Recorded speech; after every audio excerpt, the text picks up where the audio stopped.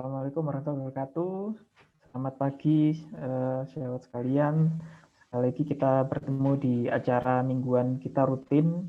Tanya apa saja, persembahan dari Departemen Obstetrik Ginekologi FK UNER. Dan minggu ini kita akan dapatkan diskusi dari tema obstetrik sosial, yakni mengenai screening pasien kehamilan dan mungkin nanti akan khususnya mengenai bagaimana screening di era pandemi seperti ini. Telah hadir di tengah-tengah kita ada dua narasumber, yaitu Dr. Rizky Pranadian dan juga Dr. Pandu Habibi, spesialis obstetrik ginekologi, dan juga nanti akan dipandu oleh Dr. Budi Prasetyo, spesialis obstetrik ginekologi konsultan yang nanti akan menyusul. Sebelumnya seperti biasa akan dibuka dulu oleh Ketua Departemen Obstetrik Ginekologi FK UNER kepada Dr. Brahmana, kami persilahkan. Ya, Assalamualaikum warahmatullahi wabarakatuh. Selamat pagi para senior, para guru besar sejawat semua, kemudian narasumber, moderator, host. Terima kasih banyak. Di tengah setiap hari kita membaca berita sedih, mudah-mudahan kita tetap bisa mengupdate ilmu pada pagi hari ini, karena ini juga penting. Kepentingan mengupdate ilmu itu harus selalu disempatkan, karena kita harus selalu profesional untuk pasien-pasien kita. Mudah-mudahan acara berjalan lancar, semua tetap diberikan kesehatan, lindungan, semangat oleh Allah Subhanahu wa Ta'ala. Mudah-mudahan cobaan ini segera berlalu. Kita harus yakin semua. Jadi sekali lagi terima kasih. Mohon maaf atas segala kekurangan. Selamat berseminar. Assalamualaikum warahmatullahi wabarakatuh. Waalaikumsalam warahmatullahi wabarakatuh. Terima kasih kepada Dr. Brahmana. Buka. Dan ini alhamdulillah hari ini tema kita itu mengenai screening pada kehamilan risiko tinggi, dan juga setelah hadir moderator kita yaitu Dr. Budi Prasetyo. Pada sekali lagi pada seluruh peserta nanti pertanyaan bisa dilayangkan pada kolom chat atau pada kolom Q&A, nanti akan dibacakan dan diskusikan bersama oleh moderator beserta dengan narasumber.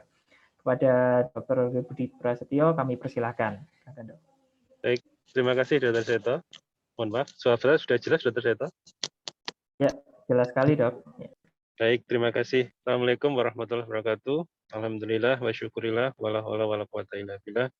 Allahumma sholli ala Muhammad wa ala ali Muhammad. Pertama-tama ya kita panjatkan puji syukur kepada Allah Subhanahu wa taala atas berkat rahmat-Nya kita dapat berkumpul dalam keadaan sehat walafiat dan nikmat sehat ini yang patut kita syukuri saat ini. Baik, topik tas pada kali ini kita akan membahas tentang masalah screening kehamilan risiko tinggi, di mana sebenarnya ini sudah kita laksanakan sehari-hari. Cuma kita ingin mengingatkan saja karena dari beberapa evaluasi yang kita lakukan pada kasus near miss, kemudian pada kasus lembar rujuk balik, ternyata masih ada perlunya peningkatan di beberapa di beberapa sisi ya. Jadi untuk bagaimana meningkatkan screening kehamilan risiko tinggi ini supaya berjalan lebih baik. Pada kali ini kita akan ada dua pembicara, yaitu ada Dr. Pandu, Dr. Rizky Pranadian, spesialis obstetrik ginekologi, dan Dr. Pandu Handidito, spesialis obstetrik ginekologi. Mungkin untuk sedikit pendahuluan, mungkin Dr. Rizky bisa menceritakan tentang masalah screening kehamilan risiko tinggi. Silakan Dr. Rizky. Nggih, matur suwun Dr. Budi Prasetyo. Bismillahirrahmanirrahim. Assalamualaikum warahmatullahi wabarakatuh. Para guru besar, para senior, teman sejawat. Jadi terima kasih sudah dibuka oleh Dr. Brahmana dan didahului oleh Dr. Budi. Jadi sebenarnya sebagai pendahuluan, screening kehamilan risiko tinggi itu sudah sebenarnya merupakan bagian fundamental dari antenatal care. Jadi melihat seperti yang dikatakan Dr. Budi tadi, menilik dari hasil istilahnya rujukan yang datang di Rumah Sakit Dr. Sutomo, itu banyak sekali yang kami data sebagai rujukan NIRMIS, itu masih banyak sekali di hulunya itu ada antenatal yang kurang baik. Dalam artian gimana kurang baik? Nah, kita lihat bahwa memang screening kehamilan risiko tingginya tidak dijalankan dengan baik atau tidak terdeteksi mungkin sama sekali. Nah, sebenarnya maka dari itu kita sebagai SPOG kita memang sebagai hulunya kita harus dapat melakukan antenatal care yang baik. Nah, secara terpadu dan sesuai standar. Nah, ini penting sekali sesuai standar. Standar apa? Nah, akhirnya kita mempunyai suatu standar yaitu menggunakan buku KIA dari versi yang 2020. Dari situ sudah disosialisasikan dengan baik oleh Kemenkes, oleh juga dengan Dinas Kesehatan. Jadi kita bisa menggunakan acuannya menggunakan buku KIA 2020 ini. Jadi ya, kami minta memang teman-teman sejawat SPOG di sini ya memang menggunakan ini dalam melakukan antenatal care-nya. Nah itu.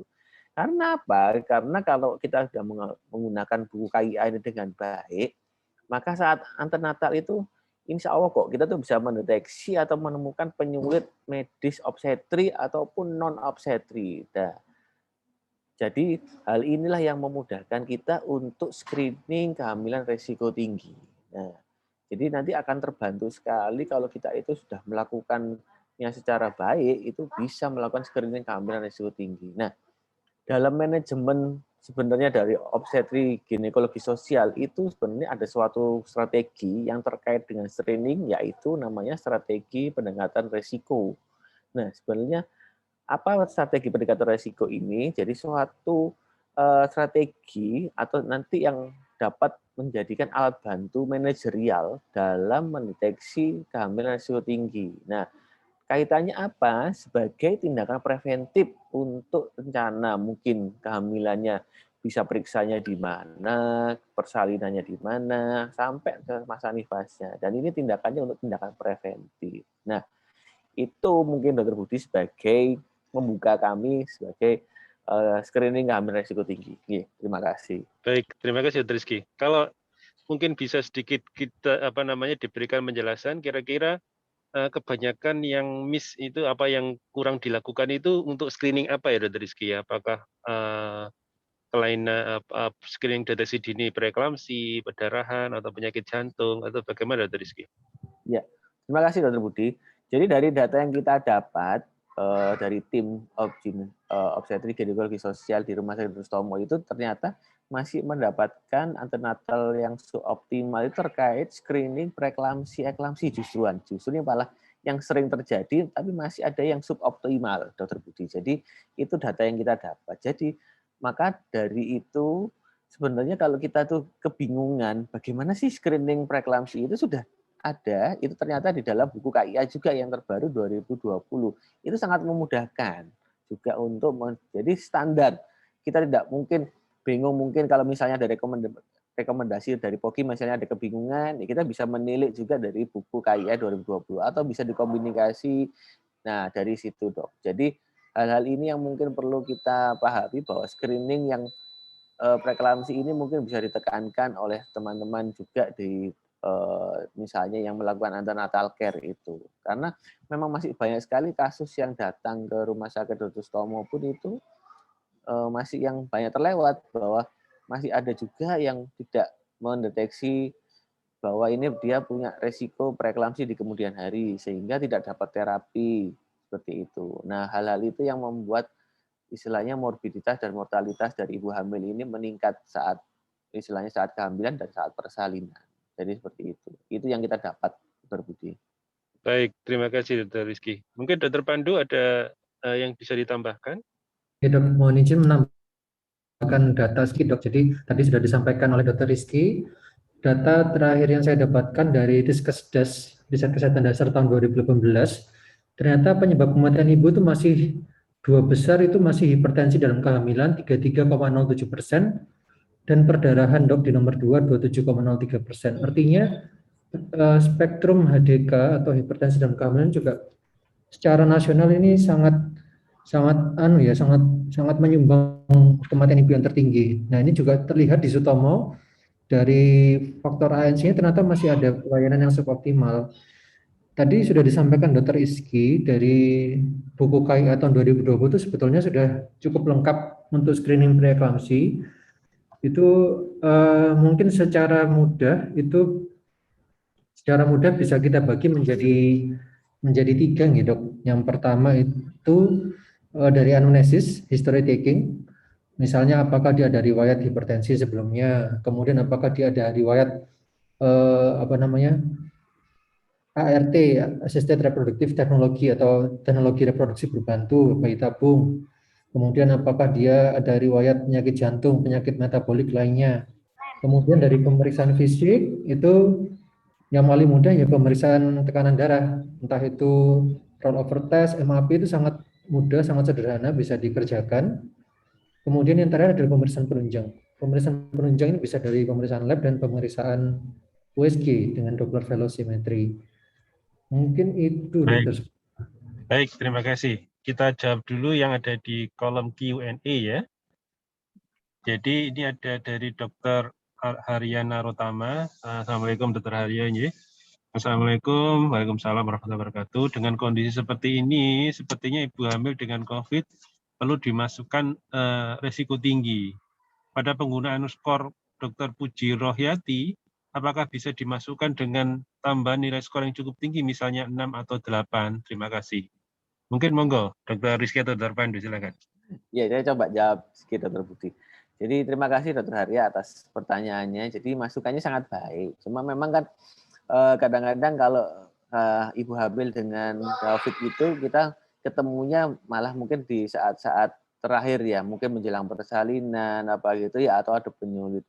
Sebenarnya sebelum COVID-19 terjadi atau mungkin terkena COVID itu berarti sebenarnya ibu ini mungkin sudah punya faktor komorbid yang memberatkan penyakit COVID-nya itu sendiri. Jadi itu yang malah harus screening.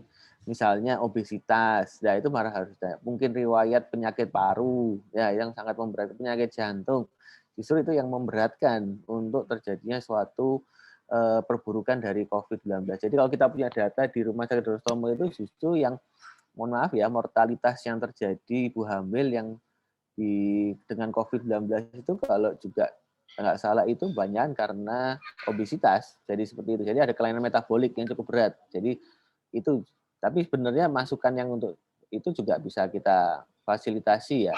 Mungkin gitu. Iya gitu mungkin Dr. Budi. Baik, terima kasih Dr. Rizky. Mungkin Dr. Pandu bisa nambahkan sedikit, ya. Dr. Pandu? Mungkin menambahkan sedikit gitu. Jadi pertanyaan Dr. Harya memang terkait dengan lonjakan kasus COVID ini ya. Jadi nggak mungkin kita mengesampingkan COVID karena ternyata kematian ibunya juga lumayan banyak ini, apalagi yang gelombang Juni-Juli ini. Di depan mata rasanya kita sebagai SPOG yang menangani kasus kehamilan persalinan sehari-hari itu kayaknya kok semakin banyak aja ibu dengan COVID, sesak, kemudian ya sampai dengan meninggal dunia begitu. Jadi nyuwun sewu yang pertama, COVID itu kalau saya rasa itu merupakan penyakit yang punya time window, artinya dia itu nggak melekat dari awal. Misalnya dia pada awal kehamilan dia kena COVID, tapi dia tidak akan melekat sampai dengan persalinan gitu. Misalnya kalau dia terkenanya di di awal kehamilan. Jadi mungkin bisa dimasukkan sebagai screening, tapi tidak untuk dimasukkan ke KSPR karena KSPR ini rasanya sudah paten dan untuk memberikan skornya itu juga ada perhitungan statistiknya sendiri gitu. Jadi rasanya betul bahwa kita setiap melakukan ANC atau melakukan pertolongan persalinan kita harus melakukan screening COVID ini, tapi untuk dimasukkan ke dalam KSPR ini rasanya belum bisa gitu gitu karena mungkin butuh data yang lebih lengkap, perhitungan statistik yang lebih baik untuk misalnya nanti bisa dimasukkan ke KSPR. Mungkin itu. Baik. Mungkin sedikit tambahan aja, mungkin memang kita enggak untuk screening kehamilan risiko tinggi bukan hanya menggunakan KSPR saja. Bisa saja memang kita sudah curiga waspada early warning sign untuk COVID ya, tetap harus kita waspadai. Memang begitu aja. Jadi memang tidak mutlak harus pakai KSPR memang. Baik, mungkin yang kedua aja kita sapa ini Dr. Umuhani. Mohon izin dokter bertanya untuk terminologi hipertensi gestasional dan hipertensi kronis apa masih bisa dipakai apabila kita menemukan pasien grafit lebih dari 20 minggu dengan tekanan darah lebih 160/110 dengan proteinuria negatif. Jadi kalau hipertensi lebih dari 160/110 dengan usia kehamilan 20 minggu, apakah masih disebut hipertensi gestasional? Kira-kira bagaimana, dokter? Monggo, Dr. Rizky atau Dr. Pandu, silakan. Ya. Saya sedikit dulu, nanti mungkin bisa ditambah Dr. Pandu. Jadi kalau dari terminologinya tetap kita sih di kami ini menggunakan ACOG ya. Jadi bila memang didapatkan tensi 160/110 itu walaupun dengan proteinuria negatif, tetap kita katakan itu sesuatu preeklamsia karena memang dia sudah ada pemberat di tekanan darahnya lebih dari 160 itu. Seperti itu sih dok. Jadi kita nggak boleh ragu sebenarnya. Jadi intinya itu kadang-kadang mungkin teman-teman sejawat kita itu kadang-kadang masih ragu mendiagnose preeklamsi. Jadi akhirnya mungkin juga under treatment. Jadi mungkin tidak masuk MGO sempat. Seperti ini kan mungkin jadi hal-hal ini jadi kita harus yakinkan. Kalau memang ragu, kadang-kadang kita juga harus bisa berkonsultasi. Jadi pentingnya komunikasi juga itu dok. Jadi sebagai salah satu istilahnya untuk mendiagnosis pasien ini. Jadi memang kalau ada keraguan, ya, jadi kita bisa berkonsultasi dengan yang mungkin teman veto maternal, misalnya seperti itu. Jadi kalau saya ragu, saya akan berkonsultasi. Itu pentingnya komunikasi menurut saya. Screening pun kita harus berkonsultasi. Oke, gitu dok. Baik, terima kasih. Dr. Pandu, mungkin ada pendapat yang lain? Monggo, Dr. Pandu. Ingin menambahkan Dr. Rizky, jadi mudah-mudahan saya tidak salah ya. Jadi kalau hipertensi dalam kehamilan di atas 20 minggu, selain proteinuria itu sebetulnya kita bisa melihat parameter lain. Jadi apakah ada disfungsi organ, tanda-tanda disfungsi organ, misalnya dia ada akinya, bun kreatininnya meningkat, atau produksi urinnya terganggu, atau ada fungsi liver yang meningkat, atau ada ada tanda-tanda eklamsi, maka itu juga merupakan tanda-tanda severe PE, jadi preeklamsi berat dengan severe feature, dengan fitur yang berat, itu berarti termasuk preeklamsi. Jadi artinya kita tidak hanya berpatokan pada proteinuria saja. Mudah-mudahan saya tidak salah, nanti mungkin ada veto yang bisa memperbaiki. Terus yang kedua, seandainya dia pun hipertensi dalam kehamilan, sebetulnya tata laksana kita sama. Jadi yang pertama, monitornya lebih ketat, harus lebih ketat. Mungkin apalagi kalau tensinya di atas 160 ya, artinya nggak boleh dia kontrol seperti biasa, nggak boleh kontrolnya 1 bulan sekali begitu. Mungkin harus lebih ketat, mungkin seminggu sekali atau 2 minggu sekali. Kemudian kita juga berikan profilaksis. Profilaksisnya sama. Apakah itu hipertensi gestasional, hipertensi kronis, ataukah dia preeklamsi berat, itu tetap diberikan low dose aspirin, dosis 80 sampai 100 mg desiliter. Itu ternyata bermakna untuk menurunkan kejadian maupun severitas ataupun derajat keparahan dari preeklamsi itu. Kemudian juga kalsium. Jadi sebenarnya penata laksananya sama, diberikan pencegahan itu, dosis aspirin dan kalsium, dan mengendalikan tekanan darah dok. Jadi kalau misalnya tekanan darah di atas 160 harus diberikan obat anti hipertensi. Dan itu ternyata bermakna kurang lebih bisa menurunkan severitas dengan 1/3 kasus kalau dari penelitiannya. Betul dok. Baik, terima kasih.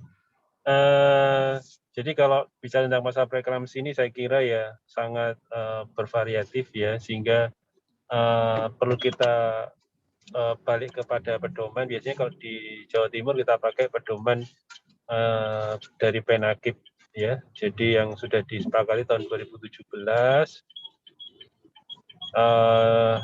bagaimana tentang masalah deteksi dini maupun terapinya ya. Yang penting adalah kita melakukan sejak usia 12 minggu sampai 28 minggu, di mana kita ada 3 kategori kriteria ya yang harus kita ingat itu ya. Dan yang menarik tadi Dr. Pandu, bagaimana tata laksana selanjutnya ya. Jadi tata laksana selanjutnya ini apakah boleh dirawat mestinya apakah boleh ditangani di vaskes primer atau vaskes sekunder, ini yang perlu dapat kesepakatan sebenarnya. Mungkin sedikit bisa. Ya. Dr. Rizky dulu dok. Iya. Terima kasih. Mungkin Dr. Pandu. Iya. Saya sedikit dulu Dr. Budi. Jadi betul. Terima kasih. Jadi memang intinya kalau dari buku pedoman yang kita sepakati oleh Penakib 2017 itu dok, itu segala macam hipertensi dalam kehamilan, segala macam itu tidak bisa melakukan antenatal di vaskes primer. Nah, itu sudah jelas. Apalagi kalau Dokter Pandu nanti bisa nambahkan dari Bukaya 2020 pun juga jelas tercantum di situ gitu. Oke, monggo Dokter Pandu silakan. Oke dok, jadi sebetulnya sama dengan Dr. Rizky, kalau memang sudah ada diagnosis hipertensi dalam kehamilan maka nggak boleh ditangani bidan atau di vaskes primer gitu, jadi harus dirujuk ke vaskes sekunder minimal. Kalau perawatan konservatif bagaimana ya? Apa boleh di mana bisa dilakukan perawatan konservatif? Terus kira-kira apa ya yang saat ini dilakukan dengan perawatan konservatif? Ya. Monggo lah, Pak Dokter Bang. Dokter Pandu, monggo silakan. Ya, jadi parameter perawatan konservatif itu nyun sewu setahu saya nggih. Kalau misalnya sudah preeklamsi berat di atas 20 minggu dan di bawah 34 minggu maka dilakukan perawatan konservatif. Perawatan konservatif jadi tadi sama goalnya adalah monitor dan kontrol tekanan darah, kemudian mengendalikan progresivitas. Jadi artinya kita berikan tetap itu aspilet, kemudian kalsium, asam folat, kemudian juga kita monitor lebih ketat dari parameter ibu dan bayi. Parameter ibunya ya dari selain tekanan darah juga misalnya dari labnya proteinnya ada perburukan atau tidak. Kemudian juga dari USG mungkin dengan Doppler velocimetry, bayinya juga dilihat apakah pertambahan berat bayinya juga ada perkembangan. Kemudian apakah ada tanda-tanda IUGR seperti itu dok. Kalau misalnya ada salah satu yang memburuk, berarti perawatan konservatifnya gagal dok. Nah itu harus dilakukan terminasi. Nah makanya perawatan konservatif ini karena rata-rata di bawah 34 minggu, dia harus dirawatnya di center tersier, dok, di center. Jadi karena perawatan bayi kecil nggak bisa dirawat misalnya di puskesmas atau bahkan di rumah sakit sekunder pun selama nicunya tidak mampu ya mungkin harus dirujuk ke tersier. Mungkin itu dok. Mungkin ada Rizky dok. Ya, nambahin aja. Jadi yang disampaikan Dr. Pandu sudah sangat benar. Jadi justru menurut saya itu kami ini sebagai yang di tersier pun itu istilahnya menguatkan teman-teman yang mungkin di perifer atau yang di utama ya di vaskes primer atau di vaskes sekunder itu untuk istilahnya silakan berkonsultasi dengan kita. Kalau jadi jangan sampai melakukan perawatan yang tidak adekuat, akhirnya menimbulkan suatu morbiditas sampai mortalitas. Jadi, nah itu monggo. Jadi seperti yang dikatakan Dr. Pandu, jadi kalau hal-hal misalnya sudah ada indikasi untuk perawatan konservatif, nah itu pentingnya kan berarti kita sudah bisa melakukan screening dengan baik. Nah, memang itu bila tidak bisa dilaksanakan di primer atau sekunder ya, nah, berarti harus sudah segera merujuk. Nah, hal-hal itu yang mungkin istilahnya tidak sampai terjadi suatu morbiditas atau mortalitas di ibu hamil ini seperti itu. Oke. Baik, terima kasih. Kita lanjutkan ke Q&A selanjutnya ya.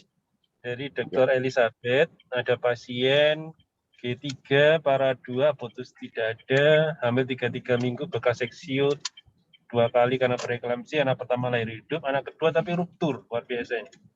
36 minggu bayi meninggal. Saat ini hamil ketiga, tensi sudah naik sejak awal trimester kedua, protein urin masih negatif. Yang ingin ditanyakan, timing terminasi untuk kehamilan ketiga ini apa kira-kira kapan ya?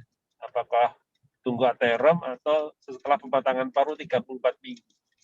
Untuk mencegah resikonya ruptur berulang. Ini mungkin karena tipisnya segmen bawah rahim ya, bekas seksio ini. Baik, mungkin ya agak sulit ini. Coba saya monggo bisa dijawab di chapter terus. Iya. Gitu, saya coba jawab ya, Dok.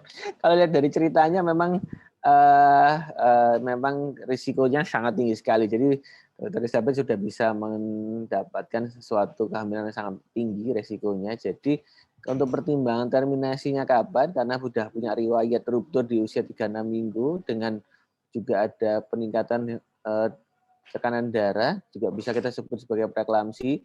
Selama kemampuan nicunya baik, saran saya memang bayi viabel, mungkin berat 2 kilo, nicunya mampu, ya boleh dok, istilahnya Dokter Elizabeth dibantu untuk dipersalinkan.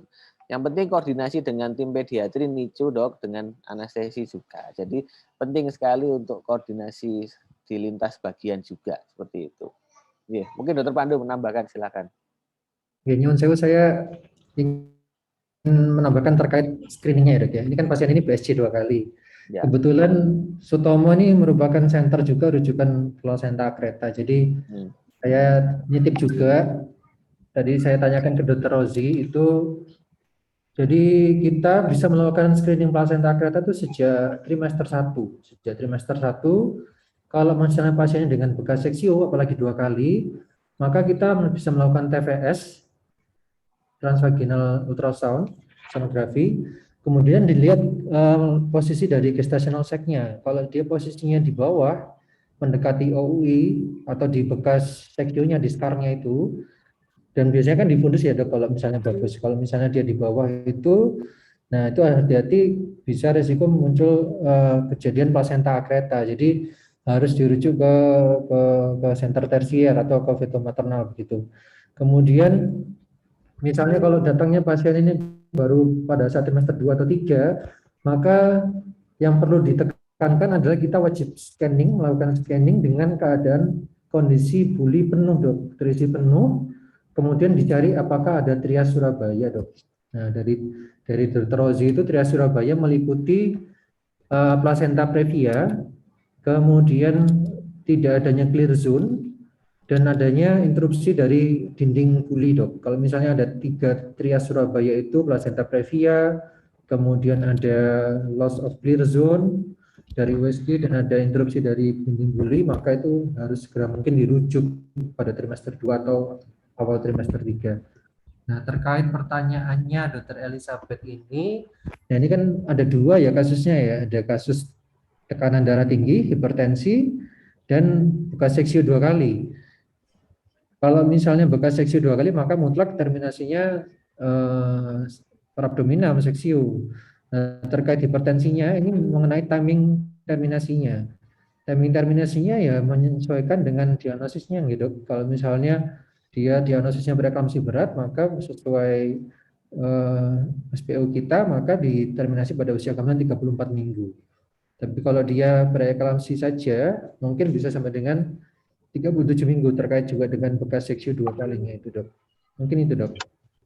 Baik, ini yang penting, yang pertama yang harus diperhatikan juga ketebalan segmen bawah rahim ya, pada saat 34 minggu harus kita perhatikan. Karena ya resiko spontaneous rupture yang harus ditakutkan ini ya. Ya benar tadi, apakah 34 minggu perlu diterminasi ya. Tapi juga harus mempertimbangkan kesiapan nicu dari setempat ya Dr. Elizabeth ya. Apakah bayi 2 kilo itu bagaimana prognosenya dan sebagainya. Saya kira ini mungkin ya perlu multidisiplin ya penanganannya ya, melibatkan anestesi, jantung sama pediatri. Baik, terima kasih mungkin. Ini saya lihat ada lagi Dr. Hari Paraton. Ini usul yang bagus sekali Dr. Hari Paraton. Apa ibu hamil bisa mendapatkan prioritas mendapat vaksin COVID? Kalau ada komorbid preeklamsi, apa bisa juga mendapatkan vaksin COVID? Ini tentang guidance yang terbaru. Mungkin Dr. Rizky ada pendapat, Dr. Rizky, tentang vaksin COVID pada ibu hamil? Nggih.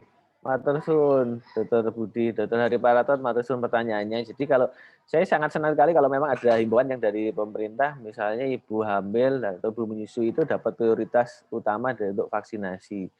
Kalau menurut saya, yang saya baca, menurut saya dok ya, mungkin mohon dikoreksi kalau bila salah. Jadi kalau misalnya ada komorbid preeklamsia, kayak sepertinya tidak, masih boleh dilakukan vaksin ya dok. Jadi tidak ada penyulit, jadi kecuali seperti itu. Kecuali yang ditakutkan memang mungkin kelainan darah ya yang paling utama menurut saya ya. Tapi itu mungkin Dr. Budi bisa nambahin. Mungkin Dr. Budi juga ada guidance yang terbaru untuk vaksinnya ini ya. Baik, terima kasih. Dr. Pandu mungkin bisa nambahin. Jadi vaksin COVID untuk ibu hamil. Jadi awalnya prioritas vaksin ini oleh pemerintah adalah yang pertama tenaga kesehatan gitu. Tenaga kesehatan, kemudian lansia. Itu prioritas karena mereka tenaga kesehatan ini adalah yang terjun langsung menangani pasien-pasien COVID, jadi rentan untuk tertular.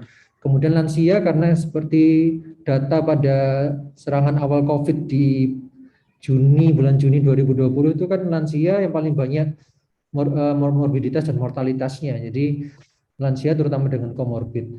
Sedangkan untuk ibu hamil ini rekomendasi vaksinnya baru keluar sekitar bulan Juni-Juli ini oleh organisasi profesi berdasarkan data awal penelitian dari luar negeri. Ternyata vaksin ini tidak berdampak negatif pada ibu hamil, baik vaksin Sinovac maupun vaksin Pfizer, Moderna, dan yang lain-lain.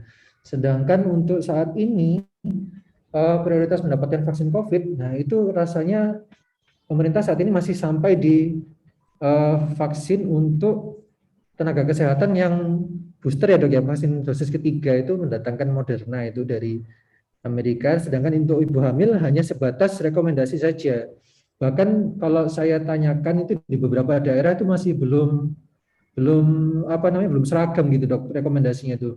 Misalnya di Sidoarjo saya tanyakan, ternyata dinas kesehatan ada alokasi vaksin Sinovac, tapi untuk ibu hamil masih belum ada begitu dok. Jadi seharusnya dengan data-data yang baru ini bahwa ibu hamilnya adalah populasi yang juga rentan atau berisiko, ini kita bisa ajukan atau bahan advokasi ke pemerintah nih dok, bahwa ibu hamil yang mana dia ini ada 2 nyawa ya, ibu dan bayinya ini, dan ternyata tingkat mortalitasnya juga tinggi, mungkin bisa diusulkan untuk prioritas juga ini untuk mendapatkan vaksin.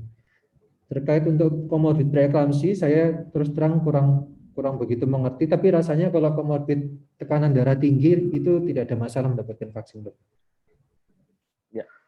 Ya, setuju Dr. Pandu. Yep. Ini kamu coba baca-baca lagi Dr. Budi, Dr. Hari. Memang revisi rekomendasi POGI untuk ibu hamil dengan COVID atau itu pemberian vaksinasi itu dapat dipercepat pada ibu hamil yang resiko tinggi, malah dengan usia di atas 35 tahun, BMI di atas 40, dengan komorbid diabetes dan hipertensi, malah harus diberikan seperti itu. Jadi tidak ada penundaan. Jadi aman berarti dok, bilangnya gitu. Iya, baik. Jadi yang memang sudah diprioritaskan tadi sudah dari organisasi profesi.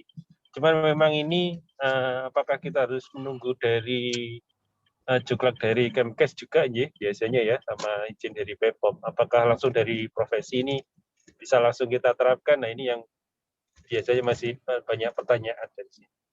Oke, baik, terima kasih Dr. Hari pertanyaannya dan jawabannya dari Dr. Priski dan Dr. Pandu. Ini ada Dr. Sindanu Lomanto. Pertanyaannya, baik, ini mungkin bukan untuk kehamilan, tapi Bapak mungkin bisa dicoba dibaca ini Dr. Rizky ya. Tapi ivermectin apakah ada perpanjangan untuk pasien COVID? Kemudian setelah vaksinasi dengan Sinovac, kapan dengan vaksinasi boleh dengan Moderna? Baik, mungkin ini karena apa namanya ini baik, tapi mungkin lagi hangat soalnya. Topiknya lagi hangat, ivermectin dan vaksin yang dengan berbeda. Jadi ini coba saya baca, yang sepengetahuan saya diskusi dengan teman sejawat penyakit dalam itu bahwa memang ivermectin ini masih belum, menurut beliaunya memang belum ada manfaatnya untuk terapi COVID. Jadi juga ada yang meneliti di luar negeri pun. Jadi jangan terpaku oleh obat ivermectin ini untuk terapi COVID. Satu itu. Yang kedua, kalau dari pertanyaannya vaksinasi Sinovac, misalnya sudah vaksinasi Sinovac, kapan boleh divaksinasi Moderna? Ini tidak ada panduan secara resmi, cuma kalau dari diskusi itu boleh. Sebenarnya boleh dengan 2 vaksin yang berbeda, tapi jaraknya agak jauh. Menurut beliau itu di atas 3 bulan. Jadi waktu yang terbaik katanya 6 bulan. Ini yang menurut beliaunya. Cuma saya belum membaca sendiri secara langsung atau yang ahlinya gitu. Gitu. Tapi kalau itu divaksin gitu belum 6 bulan gimana Dr. Rizky? Dr. Rizky malah divaksin aja ya Dr. Rizky ya? Iya dok lah itu. Kalau dapat jatahnya nanti vaksin juga gitu dok. Baik, terkait dengan masalah COVID ini, mungkin Dr. Pandu yang skala saat ini sering menangani di Dr. Rizky juga di IRD ini, kira-kira begitu pasien datang, kapan bisa menegakkan confirm ini COVID ini? Kapan kita harus curiga kira-kira? Iya. Monggo Dr. Pandu, silakan. Ini ya. Jadi terkait penegakan diagnosis dok, ini berbeda gitu dengan awal-awal pandemi di mana alat diagnosis juga masih terbatas. Jadi waktu itu kita masih menggunakan semacam scoring gitu dok, early warning score untuk menentukan apakah pasien ini ada ke arah COVID atau tidak. Jadi ke arah COVID atau tidak itu berdasarkan history taking, anamnesis, misalnya dia ada riwayat kontak, ataukah ada gejala, ataukah ada riwayat bepergian ke daerah terjangkit, seperti itu. Kemudian juga dari manifestasi klinisnya, misalnya ada sesak, ada batuk, ada demam, begitu. Dan dari labnya, parameter labnya yang waktu itu digunakan adalah neutrophil to lymphocyte ratio. Tapi ternyata untuk pasien-pasien hamil, NLR ini memang sedikit meningkat, jadi tidak sensitif dok untuk menentukan apakah COVID atau tidak. Nah sekarang ini alat diagnostik sudah begitu banyak ya, jadi ada RT-PCR, ada swab antigen, rapid antibody, ada yang air liur, ada yang hanya di hidung begitu, jadi nggak sampai nasofaring maksudnya. Jadi sudah banyak, tapi yang tetap merupakan suatu golden standard adalah PCR dok. Jadi misalnya dengan swab PCR positif, maka itu ditentukan dia confirm COVID. Bisa juga dengan modalitas radiologi, pneumonia yang spesifik viral dari tes paru dok. Kalau pada ibu hamil, kira-kira future-nya itu kapan kita harus screening untuk pasien ini, untuk pasien screening COVID ya dokter Pandu? Umur kehamilan berapa kira-kira? Oh, oke. Maksudnya universal testing ya dok ya, untuk universal finding ya dok? Ya. Sekarang di masa pandemi tinggi ini kan kadang-kadang pernah tes usia 37 minggu, apakah perlu diulang apa enggak ya gitu sekarang? Oke. Jadi sebetulnya waktu tahun 2020 kita sempat waktu itu menjalankan universal case finding. Jadi setiap ibu hamil yang aterem atau mendekati persalinan kita tes PCR di Kota Madya Surabaya. Waktu itu disupport oleh Dinas Kesehatan Kota Surabaya. Dan ternyata hasilnya lumayan karena akhirnya kita menemukan beberapa kasus memang pasien dengan COVID-19 yang terutama asimptomatis. Nah itu bisa menularkan juga.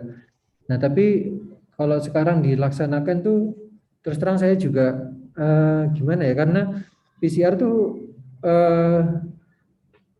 akuratnya hanya pada saat momen itu aja dok. Jadi kalau misalnya saat ini dikatakan negatif PCR-nya, bisa jadi besoknya dia sudah terpapar atau bisa juga false negatif. Jadi rasanya agak sulit untuk general case finding. Mungkin Dr. Rizky dok, Dr. Rizky mungkin bisa nambahkan.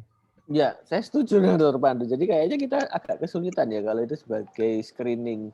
Jadi memang hanya sebagai protokol untuk menyiapkan persalinan, Dr. Budi. Tapi memang saat ini lagi tinggi banget peak itu, ya mungkin dengan ada gejala yang minimalis aja, misalnya batuk pilek, ya mungkin kita harus sudah curiga beliaunya ini positif, mungkin gitu dok. Jadi kita harus sarankan untuk beliaunya paling tidak swab antigen gitu. Okay. Baik, ini yang jadi menarik ini sekarang karena ya tadi itu sedikit-sedikit kita ya memang kita harus curiga bahwa ini mengarah ke COVID, sehingga kalau kita amati ada fenomena banyak ibu hamil yang mau bersalin ini kesulitan mencari rumah sakit. Kira-kira dari profesi ini, dari POGI atau mungkin dari ID, ada enggak rencana membentuk suatu rumah sakit darurat untuk persalinan COVID enggak kira-kira ya, Mungkin dokter Rizky atau Dr. Pandu bisa, misalnya kita buat aja seperti rumah sakit darurat lapangan, tapi ini untuk rumah sakit darurat untuk persalinan itu ada enggak kira-kira ya rencana gitu ya?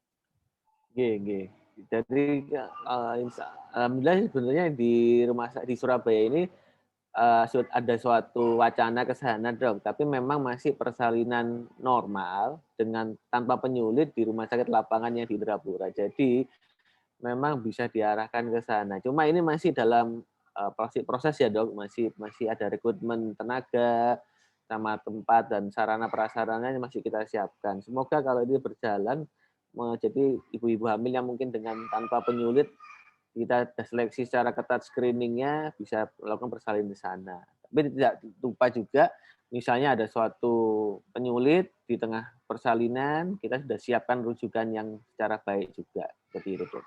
Mungkin itu dok yang bisa saya. Mungkin Dr. Pandu ada tambahan, mungkin kemarin juga beliau ikut rapat ya Dr. Pandu juga.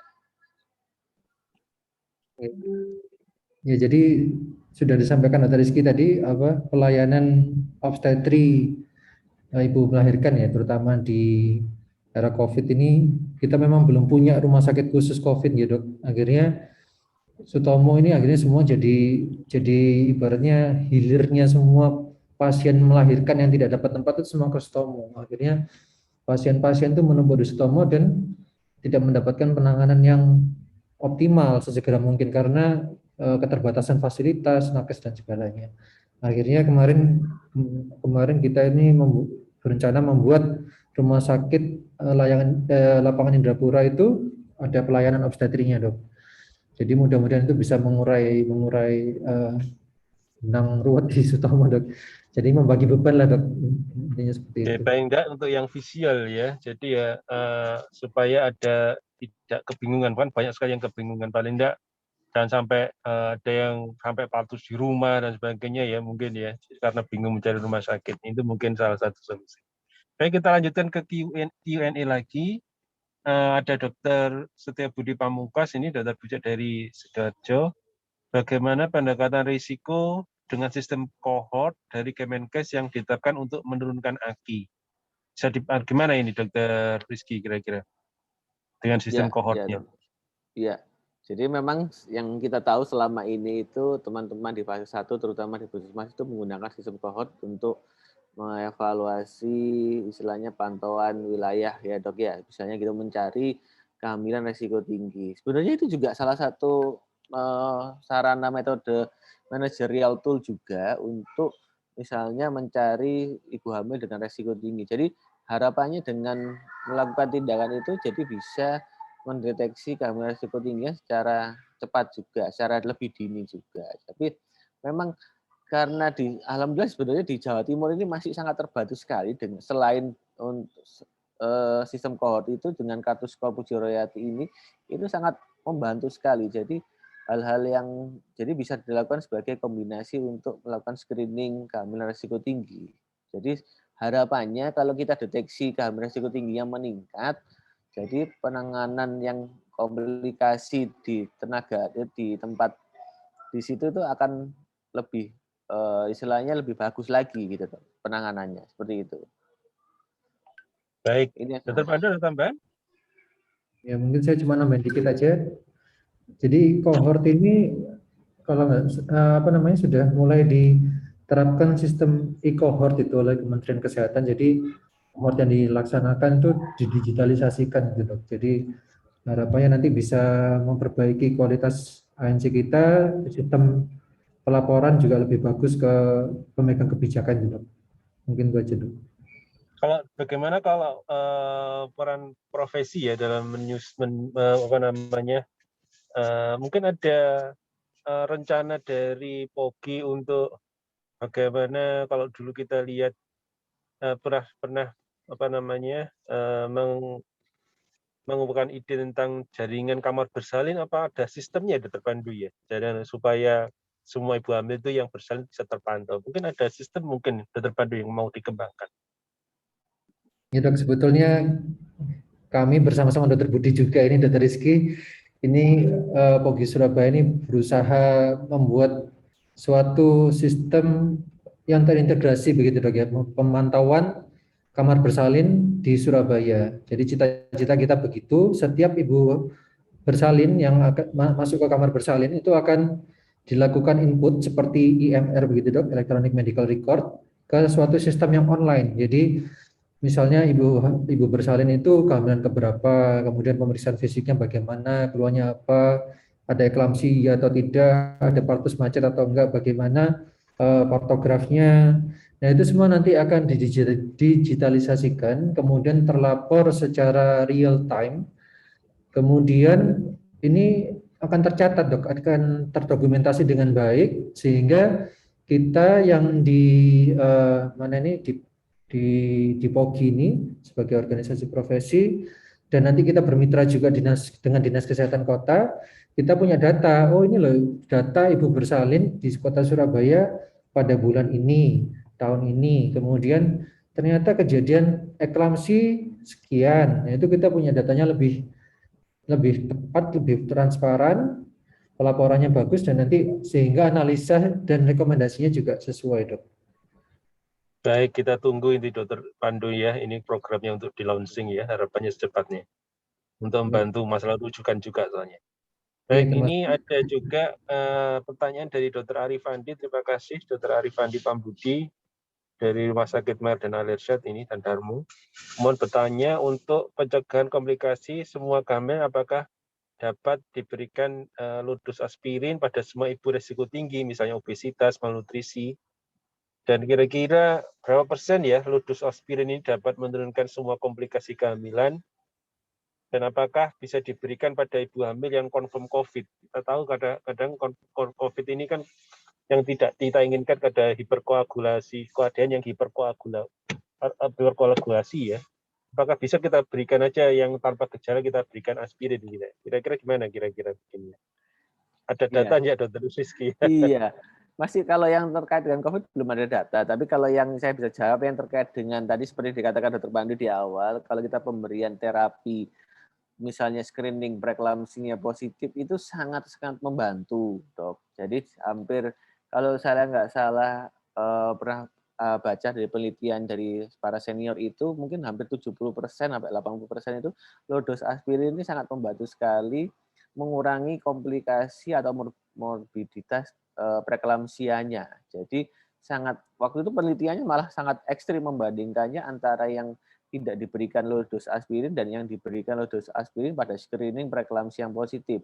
Ternyata yang tidak diberikan itu malah muncul komplikasi yang cukup berat, eklamsi, sampai yang misalnya edema paru, dan itu tidak muncul pada yang diberikan pada low dose aspirin. Itu ya Dok, contohnya itu. Jadi intinya jangan ragu-ragu memberikan gitu aja ya? Iya, tidak boleh ragu-ragu, betul. Ini pertanyaan menarik lagi, ini ada satu pertanyaan nih dari Dr. Cecilia ini. Ya, di chat ya, Dok, ya. Dia bekerja di Vaskes tingkat 1. Nah, ini harus kita concern ini ya. Bila mendapat kasus COVID pada ibu hamil, sebaiknya dirujuk kemana? Ini menarik sekali. Apakah di puskesmas, di poliopsin, atau mungkin poli-COVID? Gimana ini Dr. Rizky? Apa langsung ke poliopsin kira-kira Dr. Rizky? Nah ini ahlinya Dr. Pandu ini. Dr. Pandu gimana di rumah sakit Dr. Pandu kira-kira? Apa langsung ke poliopsin atau ke poli-COVID dulu Dr. Pandu? Jadi kita itu 3 minggu. Oke, Matur nuwun, Dokter. Jadi ini ada 2 ya, ibu hamil dengan COVID. Jadi tolong dibedakan ibu hamilnya dengan COVID-nya. Saat ini kegawatannya atau tanda bahayanya itu di mana? Di kehamilannya apa di COVID-nya? Kalau misalnya kehamilannya baik-baik saja, artinya tidak ada kontraksi, tidak ada keluar darah dari bawah, tidak ada ketuban, gerak bayi bagus, lain-lainnya oke. Tapi kemudian terkonfirmasi COVID, maka dirujuknya ke poli-COVID. Nanti akan dievaluasi dan dikonsulkan ke dokter paru atau penyakit dalam sesuai penyakitnya di sana di mana. Dokter opsin biasanya akan mengikuti, Dok. Jadi ke poli-COVID, Dok. Kalau misalnya kehamilannya begitu saja. Ke puskesmas juga boleh ya berarti. Misalnya ikut alur puskesmas kan boleh juga ya. Ke puskesmas Dokter Pandu. Boleh ya? Iya, Dok. Ya, boleh, Dok. Boleh. Saat ini boleh, Dok, karena memang kasusnya sangat meningkat, jadi puskesmas membantu kita untuk ini istilahnya, Dok, dalam paling enggak mengarahkan pasiennya mau kemana istilahnya. Kalau memang betul Dokter Pandu kegawat daruratannya bukan di opsin atau nggak ada keluhan, biasanya langsung diarahkan ke poli-COVID gitu. Baik, ini Untuk supaya untuk yang asimptomatis atau gejala ringan, Dok, boleh di puskesmas. Tapi kalau ada sesak ya sebaiknya diarahkan ke rumah sakit, Dok. Ya, baik. Baik, ini ada pertanyaan dari Dr. Ahmadi ini. Kapan timing yang tepat untuk terminasi kasus COVID yang berat, terutama kehamilan yang preterm sekitar 33-34 minggu, di mana memang dapat cepat sekali jadi perburukan ibu hamil ya, terus resiko morbiditasnya besar. Ini yang banyak kita jumpai ini, misalnya rujukan-rujukan ini. Gimana ini menurut Dr. Pandu kira-kira? Kapan kira-kira waktu terminasi yang optimal? 33-34 minggu dengan gagal nafas ya langsung diterminasi ya Dr. Pandu ya kira-kira? Iya, Dok. Jadi kalau misalnya COVID-nya gejalanya sedang berat, di mana terjadi perburukan, maka kehamilan trimester 3 itu yang pertama dia kehamilan itu janin itu memperberat beban parunya, Dok. memperberat beban parunya. Dan yang kedua, kalau misalnya 3-4 minggu kan artinya bayinya viabel gitu, kurang lebih taksiran berat badannya 2 kilo. Maka dengan dilihat selama perawatan ternyata ibunya ini perburukan, gagal nafas, saturasi di bawah 90, dan mengancam janinnya, maka kita punya pilihan untuk melakukan terminasi dengan pertimbangan terminasi itu akan mengurangi beban parunya, dan yang kedua paru ibunya, dan yang kedua juga melahirkan bayinya dengan kondisi bayi viabel. Mungkin itu dok, mungkin dokter Rizky. Kalau Baik, selama Dokter tidak Rizky. tidak perlu terminasi dok. Ya, baik. Jadi kalau misalnya bisa memperbaiki prognosis ya determinasi ya gitu ya kira-kira ya. Oke, dok. Iya, kalau diskusi yang terakhir misalnya gitu dok, biasanya kita tetap akan berdiskusi dengan teman sejawat paru atau yang menangani COVID-nya dan anestesi. Jadi kadang-kadang memang kalau dia sudah menyatakan itu suatu keadaan gagal nafas itu dan viable itu menurut yang SOP kita yang di rumah Tomo itu dapat dilakukan terminasi pada ibu hamilnya dok. Jadi hal itu memang mengurangi beban dari ibunya untuk, jadi juga teman-teman sejawat paru juga tidak kesulitan untuk terapi yang lebih adekuat ya kali dok. Mungkin kan kadang-kadang kepikiran ada bayinya terus terapinya nggak adekuat, nah seperti itu dok. Banyak yang memang seperti itu. Baik, terima kasih. Mungkin ini satu pertanyaan terakhir, Dokter Rizky, Dokter Pandu. Kasus preeklamsi dan COVID, apakah kita induksi 37 minggu atau kita tunggu infarksi atau tunggu COVID-nya negatif kira-kira? Mungkin Dokter Rizky. Itu tuh. Ya, itu pertanyaannya menarik sekali. Jadi 37 minggu kalau dengan preeklamsi memang sesuai indikasi obstetrinya dan menurut SOP-nya memang kita lakukan terminasi. Cuma dengan COVID ini berarti kalau memang mohon maaf ya terminasinya itu dengan induksi, berarti ada paparan yang cukup lama dengan COVID-nya ini. Nah, itu masih menjadi dilema. Mungkin kita juga harus berkonsultasi ya dok, gimana kondisi status COVID-nya saat itu. Jadi kalau COVID statusnya tadi seperti yang dikatakan Mas Dr. Budi, misalnya kondisi sedang berat seperti itu, ya mungkin kita tidak bisa menunggu lama ya untuk melakukan induksi ya. Ini masih pendapat saya pribadi sih dok. Kalau saya sih memang akan berkonsultasi dengan teman sejawat feto maternal ataupun itu bagaimana yang best time-nya untuk terminasi pada pasien preeklamsi ini dengan COVID misalnya gitu. Gitu dok. Tapi kalau gejalanya OTG atau gejalanya ringan ya kita tunggu COVID-nya negatif ya Dokter Rizky ya. Ya, iya dok. Saya kira ya, kalau ditunda saya 1 pribadi, minggu 2 minggu harapannya kan enggak terlalu ya, enggak ya. Jangan sampai terjadi komplikasi pada preeklamsinya ya, harapannya seperti itu ya. Betul. Baik, Dokter Pandu ada tambahan, Dokter Pandu? Kurang lebih sama dok. Jadi kita kalau kasus-kasus seperti ini kita selalu lihat risk benefitnya gitu. Kalau misalnya 37 minggu preeklamsi kan mestinya induksi. Tapi kalau misalnya dia berat kondisi klinis COVID-nya ya maka jangan induksi. Jadi lihat risk Ya, baik, benefitnya. karena induksi. Termasuk menunggu COVID-nya negatif, bisa nggak dia ditunggu sampai 38 minggu, misalnya menunda 1 minggu untuk terminasi. Kita lihat aja risk benefitnya besar mana. Kalau misalnya kalau misalnya kalau preeklamsinya bisa terkontrol ya enggak perlu diterminasi ya. Jadi ya ditunggu aja negatif ya. Baik. Jadi tapi intinya terakhir berarti harus ditangani multidisiplin lah intinya. Jadi jangan kita bekerja sendiri tapi ya kita libatkan teman dari disiplin lain ya, dari anestesi, mungkin dari pediatri, juga dari penyakit dalam, paru, ya mungkin seperti itu. Baik, ini pas sekali jam 11, alhamdulillah banyak sekali pertanyaan. Terima kasih responnya para sejawat sekalian. Dan itu ada yang resen dok? Iya, ada yang resen Dokter Budi. Kali. Tak kelihatan. Dokter Ali Mahmud, silakan Dokter Ali Mahmud. Oh iya. Dokter Ali Mahmud, silakan. Kami persilakan kepada Dokter Ali Mahmud, mungkin jika ingin bertanya langsung. Oke. Kalau tidak, mungkin biasanya juga terpencet. Biasanya. Baik. Tapi kalau saya akhiri aja, saya kembalikan kepada host. Terima kasih perhatiannya sejawat sekalian. Sampai ketemu di tas minggu ke depan. Saya kembalikan kepada Dr. Seto. Terima kasih Dr. Rizky, Dr. Pandu. Assalamualaikum warahmatullahi wabarakatuh. Waalaikumsalam warahmatullahi wabarakatuh. Terima kasih kepada Dr. Budi Prasetyo, kepada Dr. Pandu dan Dr. Rizky. Alhamdulillah seperti biasa diskusi kita hari ini berjalan seru, lancar, dan ternyata banyak pertanyaan dan unek dari teman sejawat sekalian di sana.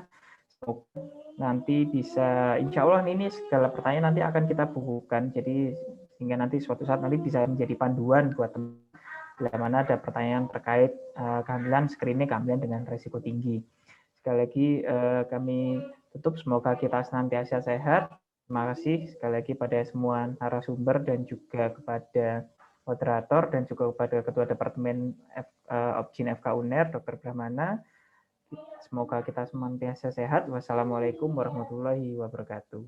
Waalaikumsalam warahmatullahi wabarakatuh. Terima kasih Dr. Rizky, Dr. Pandu, terima Oke. kasih. Matur suwun, Dr. Sektor, Dr. Pandu. Dr. Rizky.